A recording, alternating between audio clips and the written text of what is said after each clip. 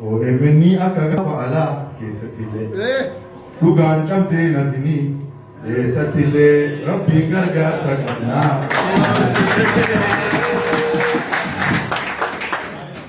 Mangaa nuun jedhanii ashabaarii siin jedhanii gubbaa malee keessa keenya yoo marganii rabbiin gargaarsa qabnaa.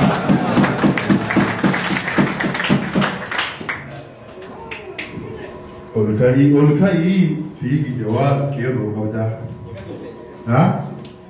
Alicha jedhama. Olkai fiigi jawaab keeroo qabdaa. Dhala atuun deeggartu miila qabdaa. Rabbiin gargaarsa qabdaa. Ajaa'iba! Alichatu gaafannamaa jedhan malee dhadeeme. Jawaarilleen kanuma kan biraa hin hennu.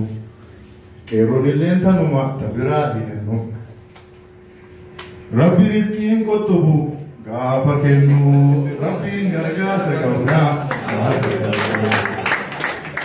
Magan jedhu beekte magan jedhii maganii hayyuu makkoo wayii fulkeenni hayyuu gaafa tokko jawwin nu duuba jiraa meetu rakkoo rabbiin gargaarsa qabnaa.